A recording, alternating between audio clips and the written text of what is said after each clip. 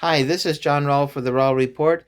Today is Wednesday, August 20th, 2025, and I'd like to welcome everyone to my channel. I hope you're doing well and hope everyone is feeling well.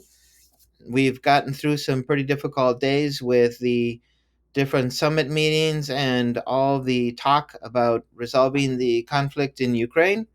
And so these have been some really long days and lots of promises made, lots of talks, lots of expression of support for Ukraine. And now we're looking back at this meeting and seeing, hey, did we forget something? Did something go wrong? What should have been done differently? So I have this report for today, which is called Forgotten Poland.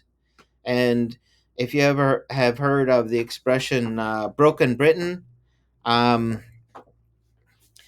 this is probably something similar, Forgotten Poland. Why was Poland not invited to this meeting? And if they were invited, why didn't they go? So, anyway, let's get right into it. Uh, so, anyway, we'll start off here with yes, Poland does exist. Um, I've lived in Poland and driven around Poland to different parts. And recently, I took another trip to Poland. Was in Warsaw, and it was a wonderful visit. So yes, I can affirm that Poland does exist, although some of the European leaders does it sometimes forget about that.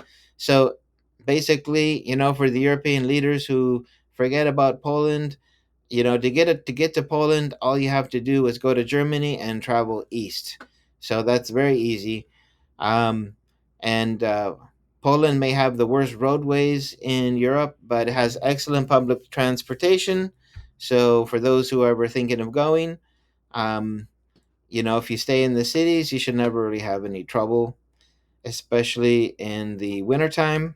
And finally, Poland does not only exist, but it is the sixth largest economy in Europe and the 20th largest in the world.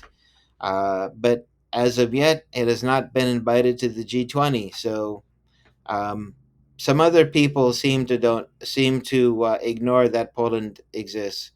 So anyway, we move on to point number two, the the point of Poland as a key regional power. Um, it shares borders with several countries, and in fact, there's seven: Germany, Czechia, Slovakia, Ukraine, which was the topic of the Alaska and White House summit, Belarus, and Lithuania, and finally, but not least, Russia. Yes, Poland does have a border with Russia. The area called the Kaliningrad exclave. Um, so this was once a German city, and at the end of World War II, this became a Russian city.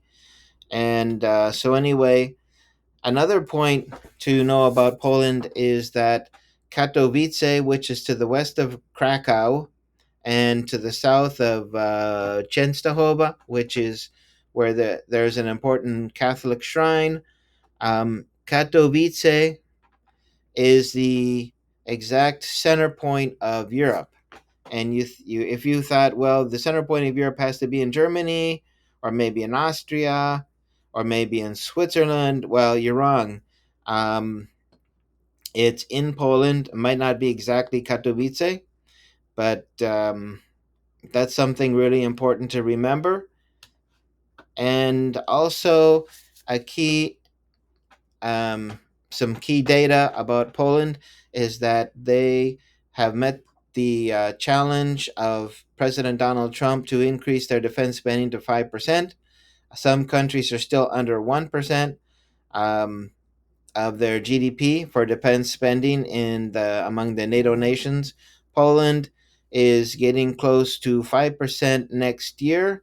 And also, they have the largest um, military in the European Union and the third largest in NATO.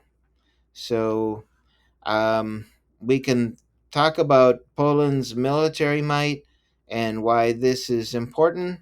Um, Poland may not have, the historical wealth or the global reach, or they may not have the nuclear weapons like the UK or France, but it certainly has an anchor role within Central Europe with its borders on so many different countries.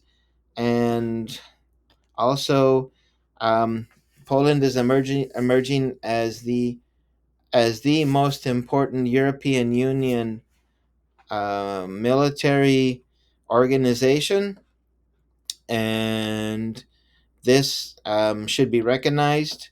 Uh, However, in the mentality of the United States and maybe some European powers, Poland is part of those NATO countries which are the sheep, and the UK, France, and Germany are the sheep herders.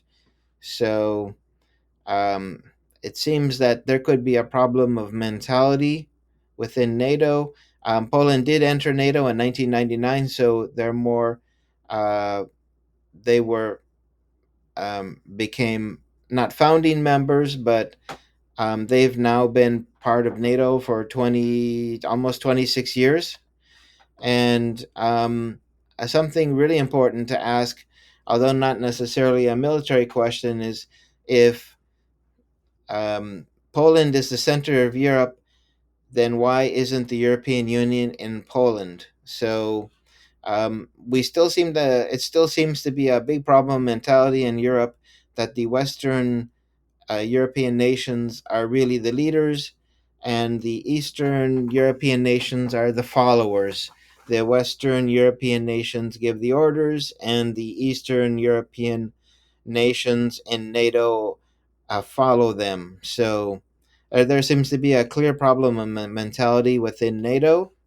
Um, and if we look at Poland, um, how it came to exist, so to speak, is that the Duchy of Warsaw was created by the Western powers to be a thorn in the side to the Russian Empire.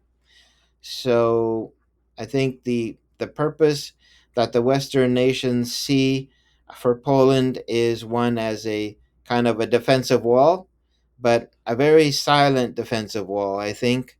Um, and you see that in this whole discussion of the peace deal, that Poland was not a part of the decision making, but of the decision following. And if you had to compare this to, like a husband and wife, and the husband goes off to, I don't know, Paris or Rome or Beijing and takes photos, and then left his wife at home and said, okay, don't worry, I'll be fine, I'll travel and have fun, and you just stay there, and I'll send you pictures, and you can enjoy the travels too just by looking at the pictures.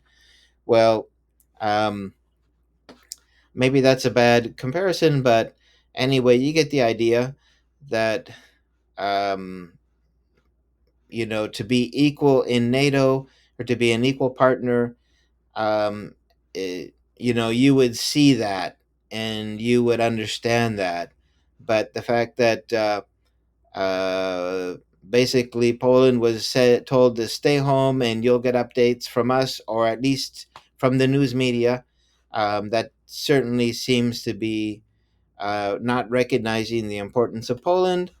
And finally, we have possibly one of the main reasons why they were excluded from these meetings was that Poland had expressed reservations about putting boots on the ground in Ukraine, while the coalition of the willing to put boots on the ground. So basically, you could say they excluded themselves, but no matter what happens in Ukraine, Poland will be paying the price for that Poland will be getting the Ukrainian grain if they can't ship it through the Black Sea.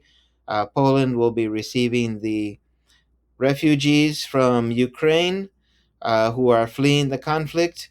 They will have to house and feed them or find another country who will receive them. Also, they will be the ones moving the military supplies. And um, if there's an expansion of the conflict, they could certainly receive some missile strikes from Russia. So it's kind of important that they are part of these meetings.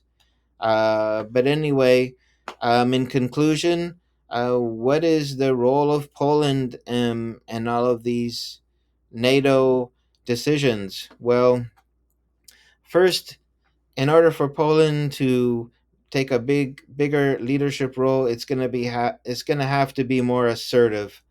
There's no two ways about it. They're going to have to insert themselves into this process, whether people want them there or not.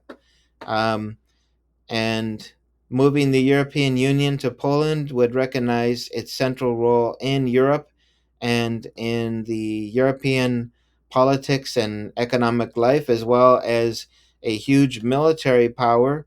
So um, I think the real issue here is that Poland has so far ruled out putting any boots on the ground in Ukraine, and those who are pushing for these policies in NATO don't like that. So, but as I say, there's no reason to exclude them because no matter what happens in Ukraine, they're going to pay the price. So the only way for Poland really to be recognized and taken into account in the future is that it takes the initiative and it inserts itself and involves itself, although they some countries may not want them there. I mean, may feel that they, haven't quite earned their membership to the club.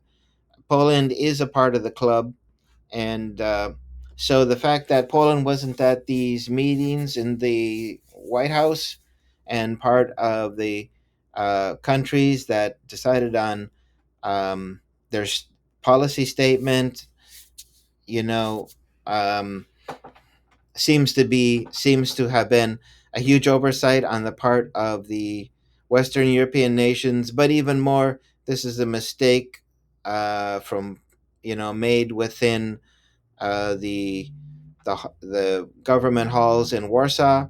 So they need to ask themselves really what is their role in the future, and do they really want to be a leader in Europe? There's been quite a bit of discussion in the coalition of the willing nations which nation is going to be running the show for Europe in the future when the United States pulls back. If it's going to be France, Germany, or the UK, it could certainly be Poland. But if they don't want to uh, push themselves forward into that group and assert the importance of Poland, then they will always be, a decision follower, and they will always be sheep. So that concludes my report for today. So it was unfortunate for Poland, but anyway, a beautiful country, and if you ever get a chance, I would suggest visiting Poland, but not in the winter. And especially don't rent a car and try to drive on their roads in the winter. So, anyway, that's it for me for today. And I wish everyone well. Have a great day. Bye bye.